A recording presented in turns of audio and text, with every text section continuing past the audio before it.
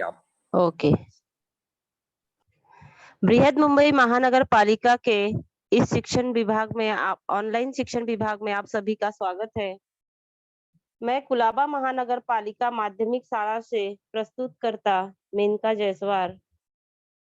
आज हम कक्षा 9वीं हिंदी कुमार भारती के पाठ मित्रता का अध्ययन करेंगे, जिसकी लेखिका है चेतना जी। अब मित्रता, जब ये शब्द हमें सुनाई देता है तो हमें सबसे पहले मित्र के बारे में याद आता है। अब देखिए, मित्र सभी के जीवन में होते ही हैं। स्कूल में जब हम जाते हैं तब भी हमारे पास मित्र होते हैं। हम लोग घर में भी होते हैं तो हमारे जो घर के भी कुछ लोग होते हैं जो हमारे यानी जिससे हम अपने भावों को शेयर कर सके, उसे हम मित्र कहते हैं। वो उनका उम्र नहीं होता है, वो छोटा भी हो सकता है, बड़ा भी हो सकता है। किसी भी रूप में हम लोग उनको मित्रता का पदवी दे सकते हैं। तो आइए आज हम लोग मित्र के बारे में जानते हैं कि मित्रता के बारे में चेतना जी ने यहाँ पर हमें क्या बोलना चाहा है। अभी इन्होंने सच्चे दोस्त के बारे में बताया है कि सच्चे दोस्त हमें कभी गिरने नहीं देते, ना किसी की नजरों में और ना किसी के कदमों में। सच्चे दोस्त की यहाँ पर आपको एक मैंने ये दिखाया है कि सच्चे दोस्त जो होते हैं वो हमें कभी भी गिरने नहीं देते हैं। तो इसी तरह से हम आगे भी इस सच्चे दोस्त के ही ऊपर मैंने एक छोटी सी कहानी आपको बताना चाहूंगी, जिससे कि आप सभी को ये ज्ञात हो कि हमें जब भी मित्र का चयन करना है या चुनाव करना है तो उसके लिए हमें किन बातों का ध्यान देना चाहिए, कि हमें मित्र किस प्रकार का चुनना चाहिए। कभी भी हमें मुसीबत में काम देने वाला ही मित्र हमारा सच्चा मित्र कहलाता है। तो हमें एक छोटी सी कहानी के माध्यम से मैं आप लोगों को बताना चाहती हूँ।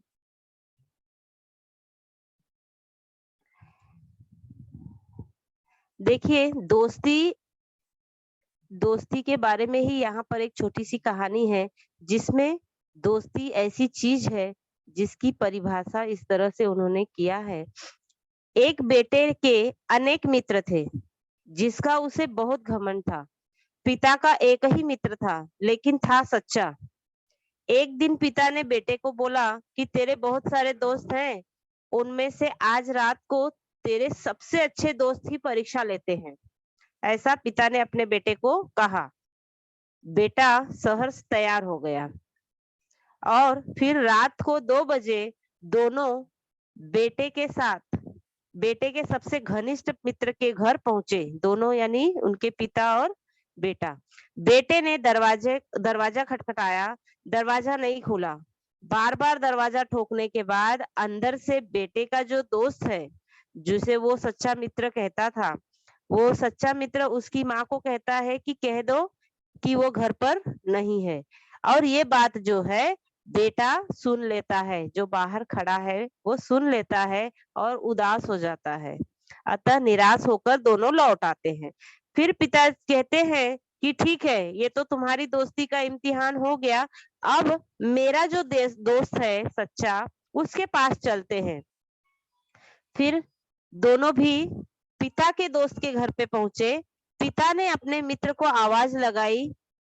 उधर से जवाब आया, ठहरना मित्र, 2 मिनट में दरवाजा खोलता हूँ।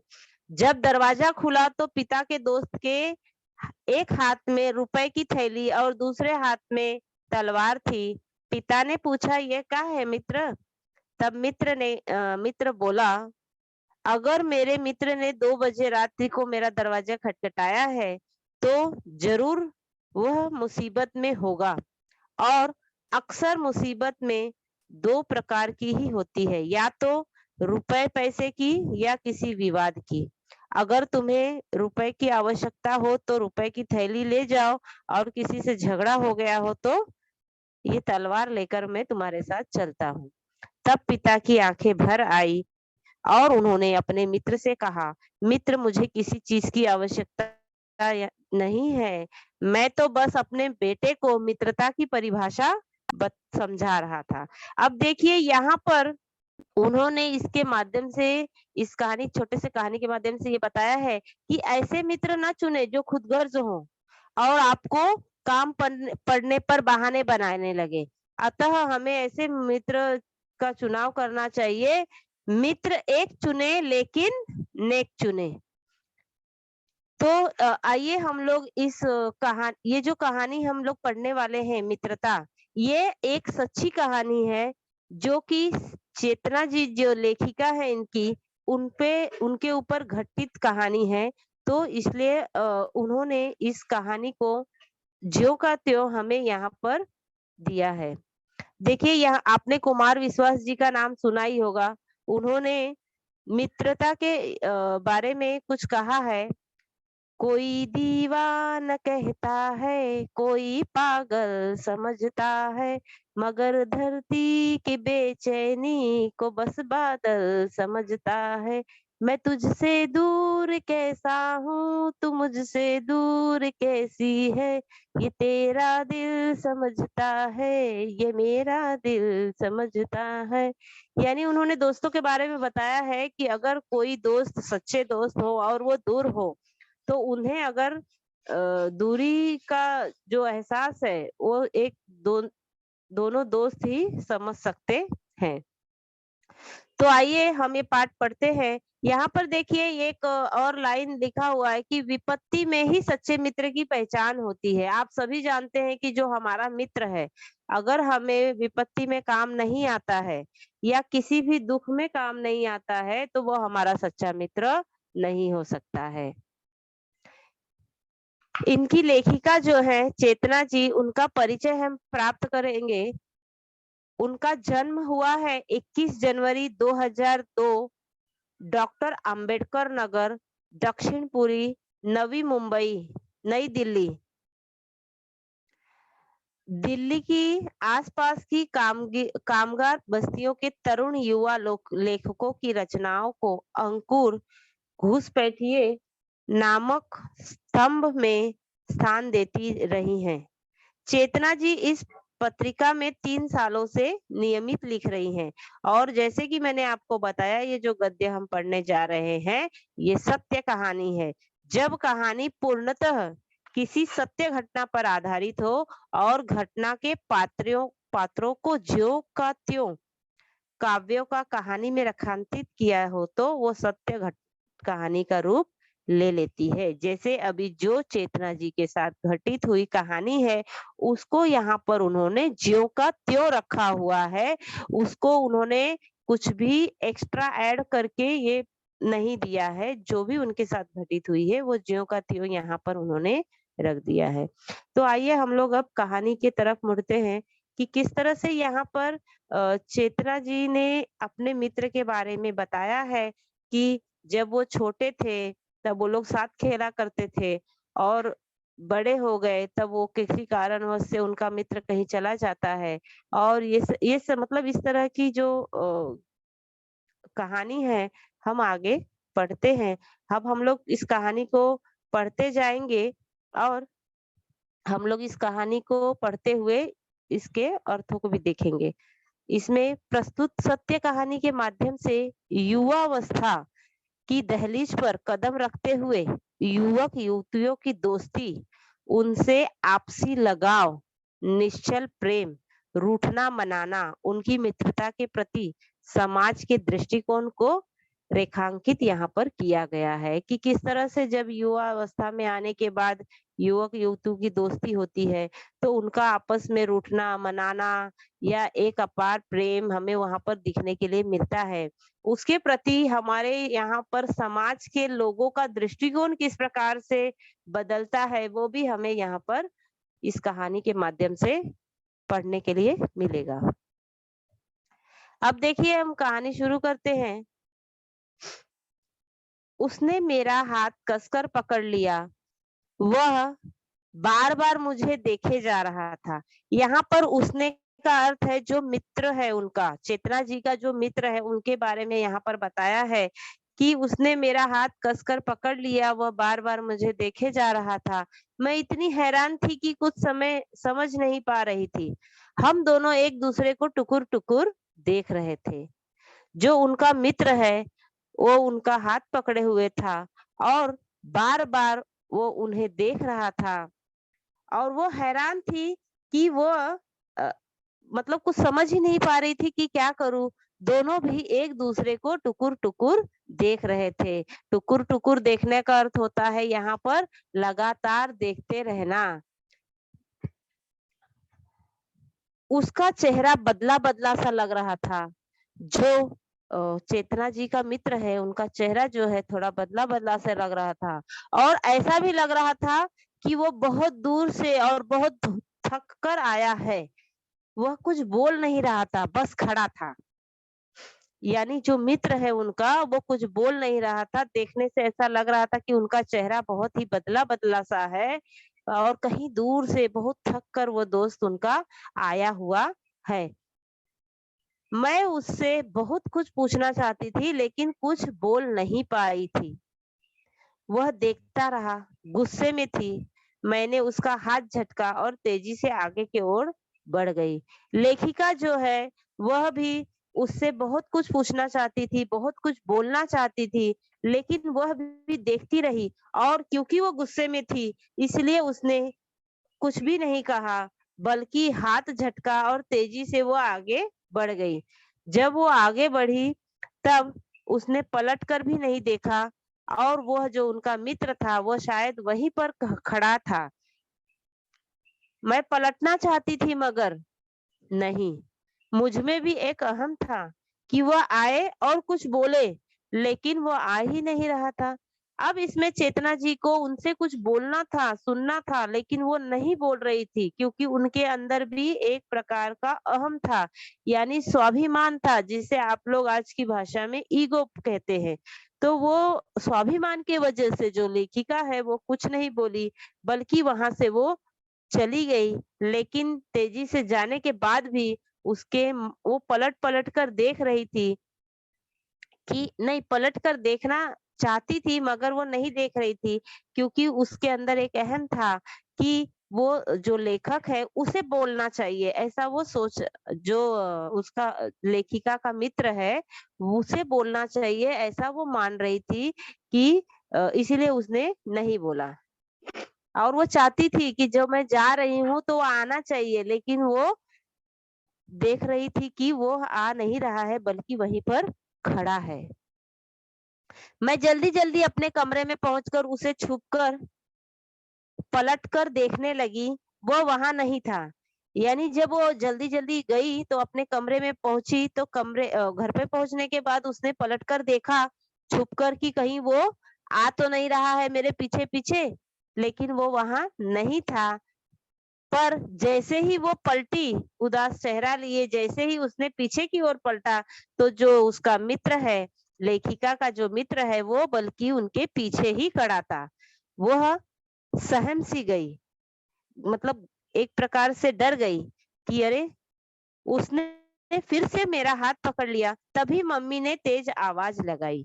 उनकी आवाज सुनकर मेरा शरीर कपकपा गया, पर वह था कि मेरा हाथ छोड़ने का नाम ही नहीं ले रहा था। मैं उसे और अपने हाथ को ही देख रही थी कि मेरी आंखों से टप टप आंसू बहने लगे। यानी जब लेखिका अपने कमरे में पहुंची, तब उसका मित्र भी उसके पीछे पीछे आ गया। और मित्र पीछे पीछे आने के बाद जब उसने उसे देखा, तो फिर से उसका हाथ पकड़ लिया। और तभी अचानक लेखिका की मम्मी ने उसको आवाज लगाई।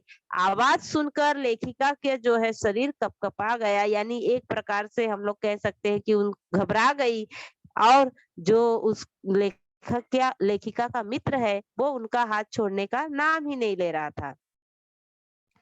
वह अपने हाथ को देख भी रही थी और टप टप आंसू बहे जा रहे थे, यानी रोए जा रही थी, क्योंकि उसके मन में जो भाव थे वो कहना चाहती थी, सुनना चाहती थी, लेकिन वो नहीं कह रही थी अहम के वजह से। फिर उसने अपना हाथ छुड़ाने के लिए गिड़गिड़ाने लगी, यानी अपना हाथ जबरदस्ती अपने मित्र से छुड़ाने लगी और छुड़ाकर वो चली गई। मुझे याद है जब मैं स्कूल में पढ़ती थी, लेखिका अपने बचपन के बारे में अब बता रही है यहाँ पर कि किस तरह से हम दोनों दोस्त थे। मुझे याद है जब मैं स्कूल में पढ़ती थी, छुट्टी के बाद वह रोज मुझे मिलता था। यानी लेखिका का जो मित्र है, जब वो स्कूल में पढ़ती थी, तब वो उसे छुट्टी के बाद रोज मिलने के लिए आया करता था और कहता था, रिश्ता है प्यारा प्यारा दोस्ताना है हमारा।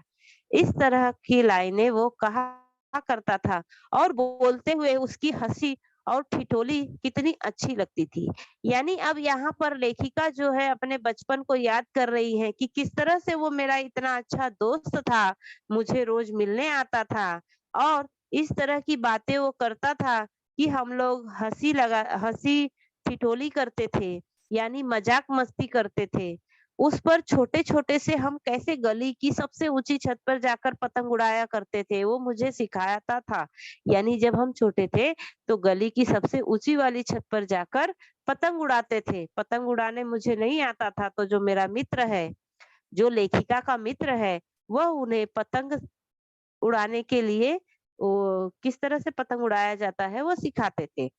गली के सभी लोगों का काम भी वो करता था। जो लेखिका का मित्र था उसका नेचर इस प्रकार से था कि वह जो है दूसरों जो गली के और भी लोग थे उनका भी काम वो कर दिया करता था। जैसे कि किसी का दूध लाना, किसी की सब्जी लाना, किसी के लिए कुछ और इस तरह का कार्य जो है वो कर देता था। तो वह सबसे अलग ही लग रहा था उस समय लेखिका को। मुझे याद है उसका यही एक पुराना ठिकाना था जहाँ वो हमेशा खड़ा रहता था। जिस दीवार की वह बाउंड्री जिसके सहारे वह खड़ा पल-पल मेरी राह ताकता रहता था। यानी लेखिका जो है उसके जो जहाँ वो पहले मिला करते थे, वहाँ पर जाकर वो खड़ी थी और वहाँ पर खड़ी रहकर ये सोच रही थी कि ये तो वही ठिकाना है जहाँ पर वह उसका जो मित्र है वो हमेशा खड़ा रहता था और खड़ा रहकर मुझे याद किया करता था। दीवार की वह बाउंड्री जिसके सहारे वह खड़ा रहकर मेरी राह तकता रहता था, यानी कि मेरी राह देखता था। गली में लोग और भी हुआ करते थे लेकिन हमारी दोस्ती तो सबसे अलग थी। जैसे कि अब गली में रहने वाले तो और भी बहुत सारे लोग थे जिनसे वो बातें किया करती होंगी, लेकिन लेखिका का जो ये मित्र था, इनकी जो दोस्ती थी वह सबसे अलग थी। दिन भर खेलना और घूमना बहुत अच्छा लगता था। जैसे कि एक मित्र के साथ करते हैं, उस तरह का जैसे लेखिका और उनके मित्र भी जो हैं वो दिन भर खेलते थे। जब वो छोटे थे, वो तब की बातें यहाँ पर बता रही हैं कि घूमना बहुत अच्छा लगता था उनको। और जो लेखिका का मित्र है, वह ₹1 की साइकिल लेकर चलाना मुझे सिखाना, यानी कि पहले के समय में जब साइकिल जो है किराए पे दिया जाता था, जिसके लिए जो लेखिका का मित्र है, वो किराए पर लेकर ₹1 देकर किराए पर लेकर और वो साइकिल लेखिका को सिखाया करता था। वे दिन मेरे दिमाग में आ और जा रहे थे। जैसे कि जब लेखिका उन बातों को सोच रही थी, तो ये सारी जो बातें हैं उनके दिमाग में आ जा रहे थे। मुझे याद है जब वह नहीं दिखता था तब मेरी नज़रें बेचैनी से उसे खोजती थी।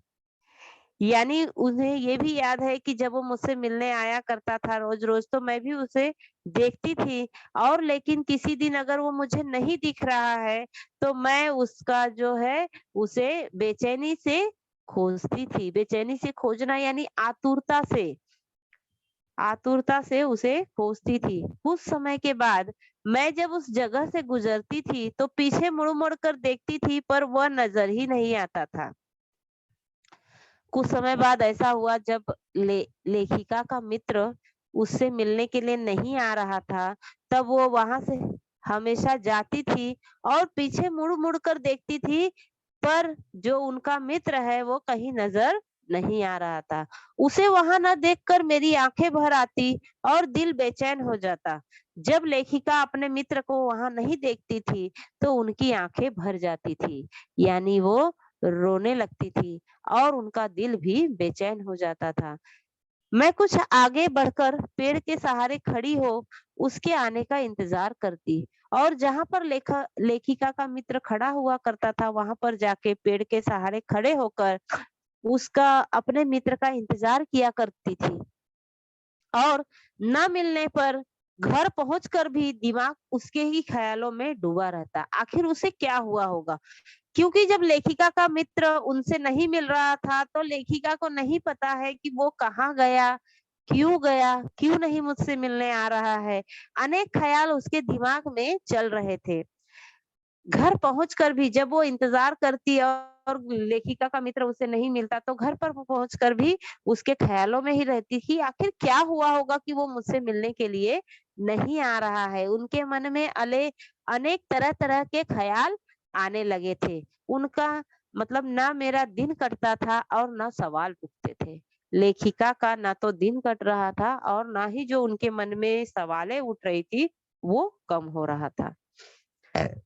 दूसरे दिन फिर से वही ठिकाना, वही पेड़, वही समय, वही मेरा पलट पलट कर देखना।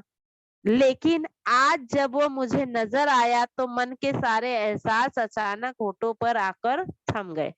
कुछ दिन तक लेखिका का मित्र उनको नजर नहीं आया, लेकिन एक दिन ऐसा था कि जब वो वहां पर खड़ी थी, तो वही समय, उसी जगह पर वो जब पलट पलट कर देख रही थी, तब लेखिका का मित्र उनको नजर आया। तब आकर जो उनके एहसास है, सारे एहसास उनके होठों तक आकर थम गए। आंखें सवालों से भर गई। यानी जो उनके एहसास है वो बहुत कुछ बोलना चाहती थी, लेकिन वो होठों तक आकर थम गए। और जो उनके सवाल थे वो आंखों में ही भर गई। तभी मैंने तेजी से उनका हाथ झटक कर अपना हाथ छुड़ाया और वह पीछे पीछे आने लगा। फिर जो लेखक ने उनका हाथ पकड़ा हुआ था, उस हाथ को झटक कर वो छुड़ाई और वह आगे आगे चलने लगी। और उनके पीछे पीछे लेखिका का जो मित्र है वो भी चलने लगा। उसे देखते ही मम्मी ने पूछा, जब वो घर पहुंचे तो मम्मी ने देखते ही मित्र को, लेखिका के मित्र को देखते ही पूछा, क्या हुआ तुम्हें? तुम इतने गुस्से में क्यों हो? मैं अंदर वाले कमरे में चली गई। वह हंसता हुआ कमरे की चौखट को देखते हुए बोला, आंटी, आपकी लड़की पागल हो गई है। कुछ समझती ही नहीं, कुछ बोलो तो भड़क जाती है। न सुनने की तो मानो इसने कसम खा ली है। यानी जब वो पीछे पीछे घर की तरफ आए, तो उनकी माँ जो थी लेखिका की, उन्होंने उनके मित्र से सवाल किया कि क्योंकि वो आगे आगे आगे चल रही थी और तेजी से अपने कमरे में चली गई, तो माँ को लगा कि इनके बीच में कुछ झगड़ा हुआ है या कोई गुस्से वाली बात हुई है जिसकी वजह से ये गुस्सा है। तो वो मित्र से पूछती भी है कि ये गुस्सा क्यों है, तो मित्र उनके बताते हैं कि ये जो लड़की है आपकी वो पागल हो गई है। कुछ सुनती ही नहीं, कुछ समझती ही नहीं, कुछ बोलती ही नहीं है, कुछ बोलो तो भड़क भी जाती है। मेरी बात उसने न सुनने की तो जैसे कसम ही खा रखी है। यानी मैं उसे कुछ कहना चाहता हूँ, वो सुनने के पहले ही वो भड़क जा रही है। ऐसा कह ऐसा उनका मित्र उनकी माँ से बताता है। मैं अंदर से बोली, माँ यह चाय पीने आया है, इसे चाय पिलाओ और भेजो। मुझे इससे कोई बात नहीं करनी है। तब लेखिका जब इनकी बात सुन रही थी, तब उन्होंने अंदर से बोला कि माँ, इसे चाय पिलाओ और इसे भेज दो। मैं इनसे कोई भी बात करने वाली नहीं हूँ। मम्मी ने धीरे से हंसते हुए कहा, देख लो इतने दिन गायब होने का नतीजा। वैसे कहाँ थे इतने दिन?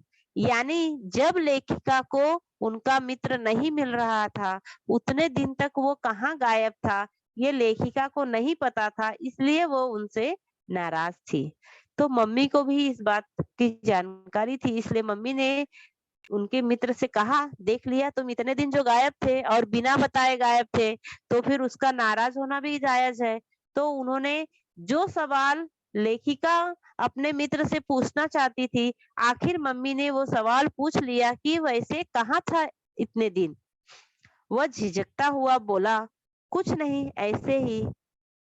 तब लेखिका कहती, हाँ हाँ, ऐसे ही, दिमाग खराब है ना तेरा, मैंने कहा। फिर उसकी नजरें झुकी हुई थी, कहीं भी नहीं देख रहा था। यानी जो लेखिका का मित्र है, उनकी नजरें झुकी हुई थी। यानी उसे यह एहसास हो रहा था कि मैंने गलत किया, जो कि अपने मित्र को बताकर मैं नहीं गया कि मैं कहाँ गया था। कहीं भी नहीं देख रहा था, इसका मतलब है कि उसके शर्म से उसकी आँखें झुकी हुई थी। ऐसा लगता था कि जैसे वह किन्हीं बातों में खो गया है।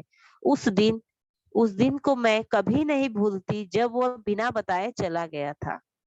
लेखिका जो है उस दिन को कभी नहीं भूल पा रही थी जब वो बिना बताए चला गया था।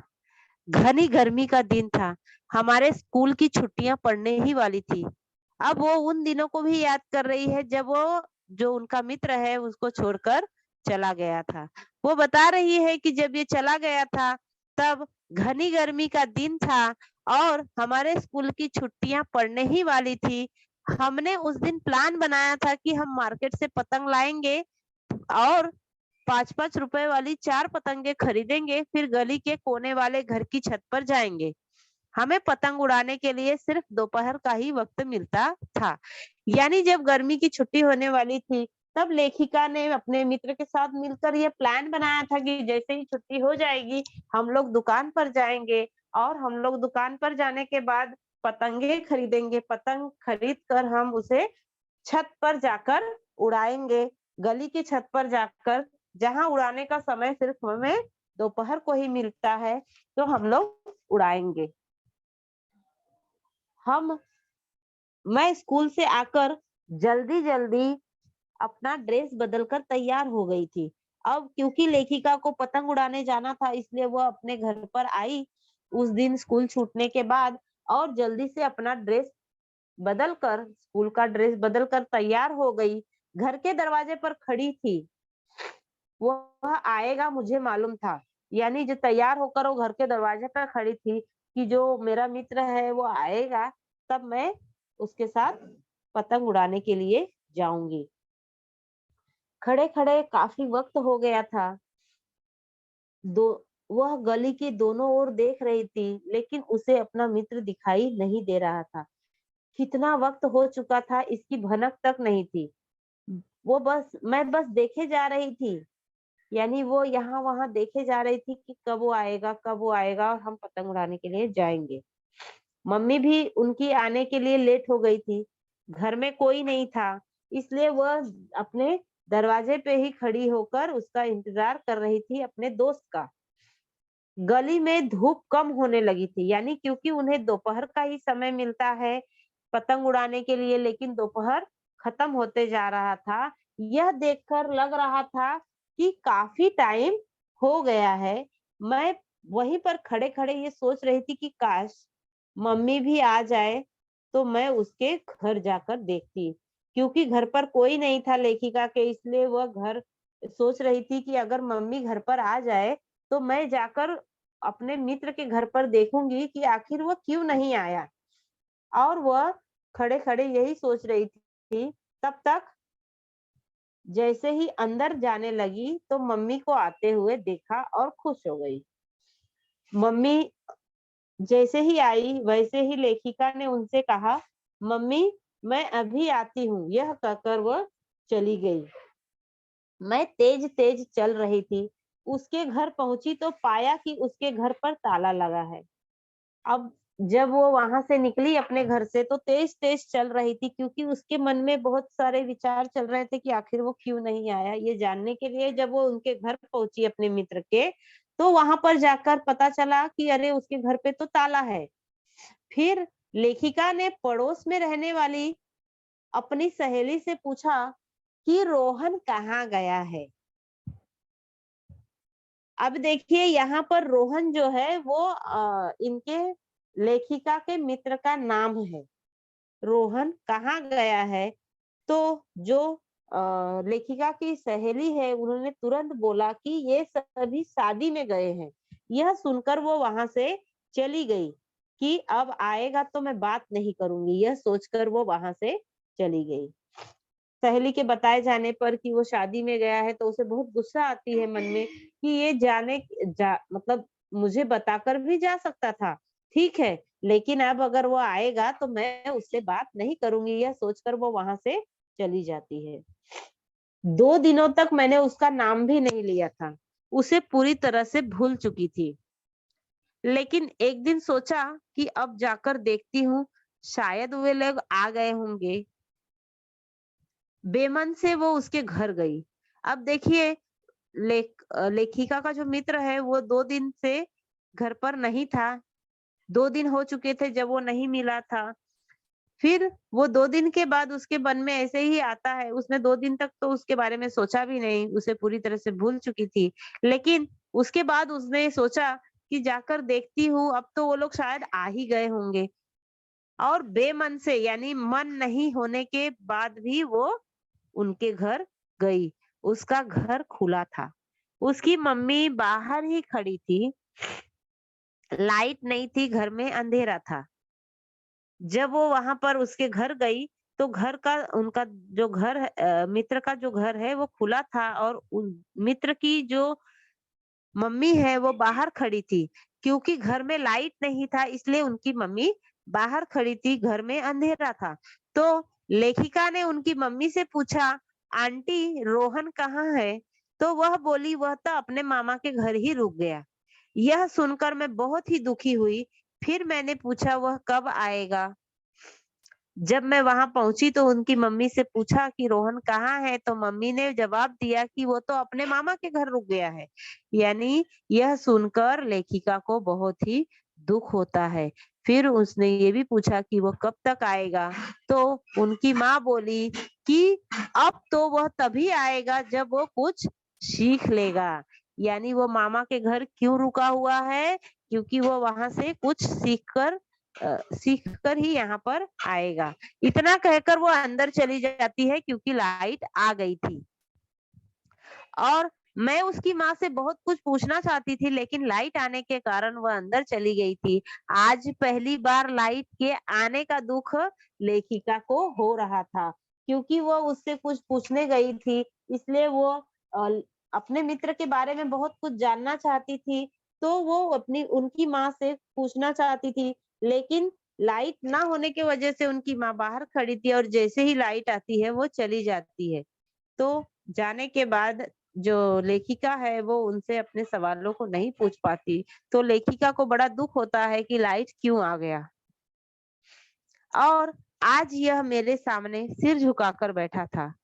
यानी ये उस समय का पल है जब वो मुझसे बिना बोले चला गया था और आज जब वो आया है तो मेरे सामने सिर झुकाकर बैठा है। मम्मी तेजी से हंसती हुई हाथ में चाय की ट्रे लिए किचन से बाहर निकली। वह सीढ़ियों पर बैठा था। उसने चाय का कप उठाया और नमक पारे भी ले लिए। जब मम्मी ने उनके चाय लाया तो उसके साथ नमक पारे भी लाया और वह सीढ़ियों पर बैठा हुआ है उनका मित्र और चाय उठाकर चुस्की लेते हुए यानी चाय पीते हुए वह आंटी से कहता है, आपके हाथों की चाय आज भी उतनी ही कड़क है। किसी को मिल जाए तो उसका दिमाग ही खुल जाए।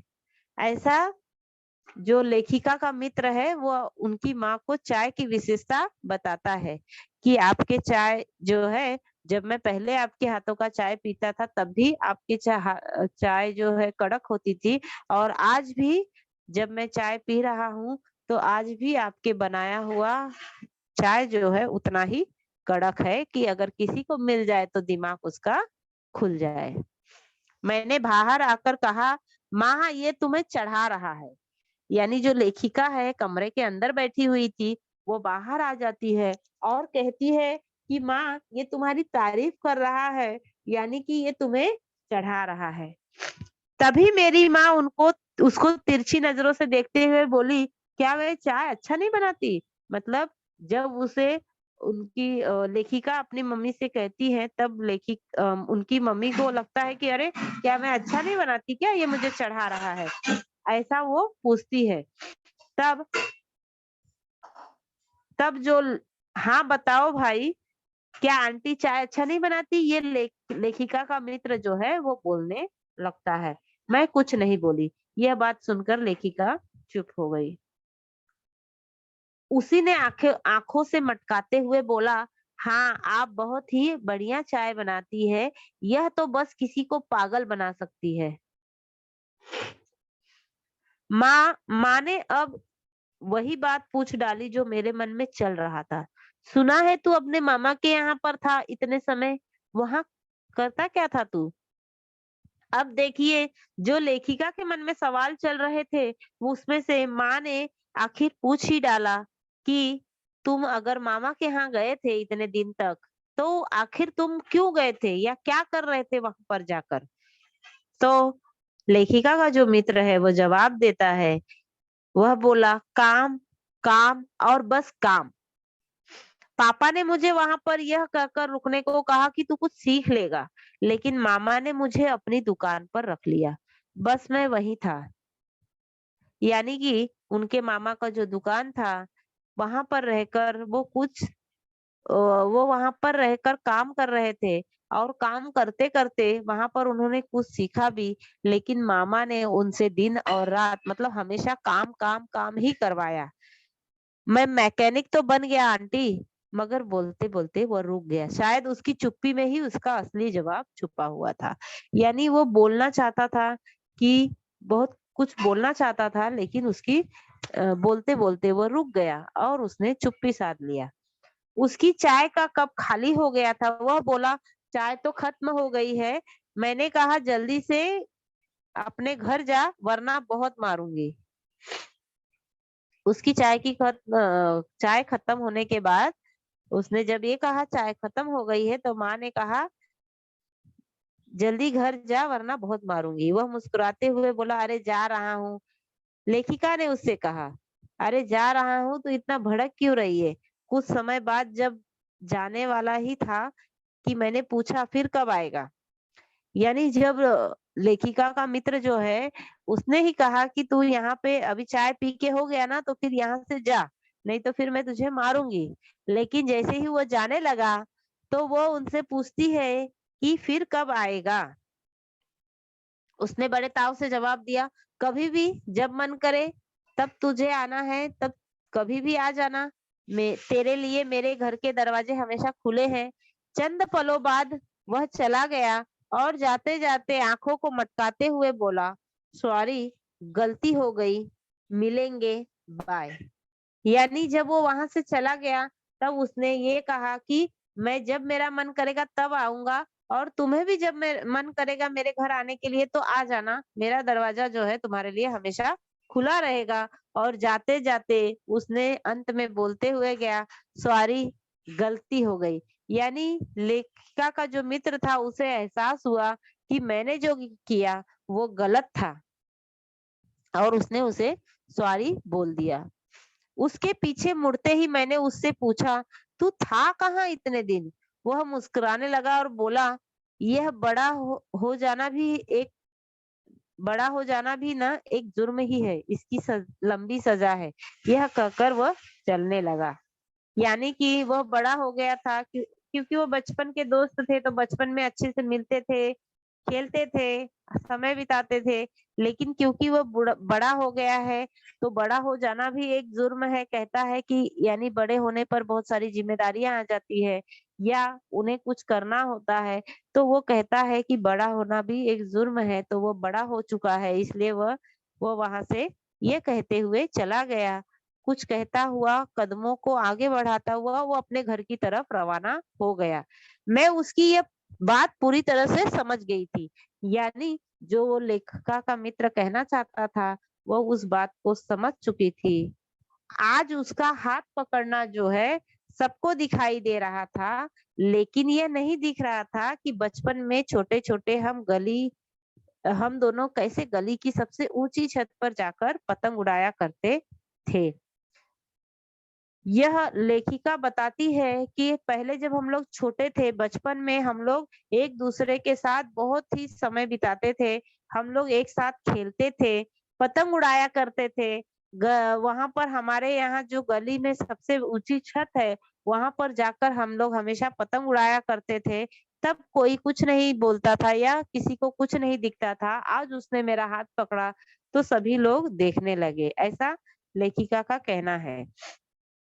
आ, आज अभी देखिए यहाँ पर हमारा ये पाठ खत्म होता है।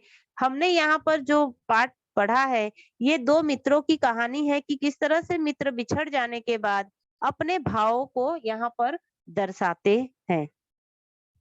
धन्यवाद। हेलो। हाँ सर। हो गया मिस?